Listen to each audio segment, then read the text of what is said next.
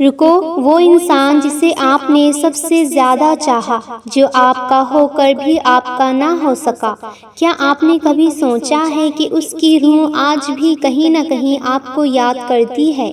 اگر اس وقت آپ کے ذہن میں کوئی ایسا نام آیا ہے، آج ہم بات کریں گے، کیا ادھوری محبت سچی میں جنت میں پوری ہو جاتی ہے؟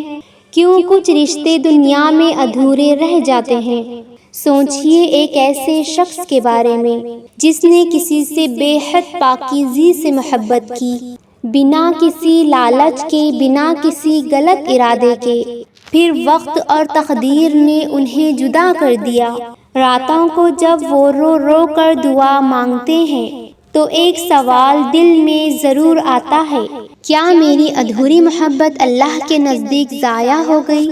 عالم ارواح میں جب روحیں پیدا ہوئی تھی، تبھی آپ کے آپسی میں ایک گہرا بندھن بن گیا تھا۔ پھر ہر رشتے دنیا میں پورے ہونے کے لیے نہیں آتے۔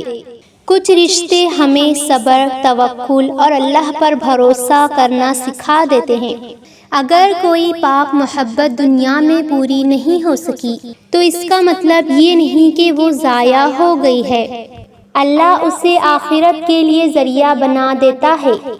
اگر آپ کا دل بھی کسی کے لیے تڑپتا ہے تو مایوس مت ہونا۔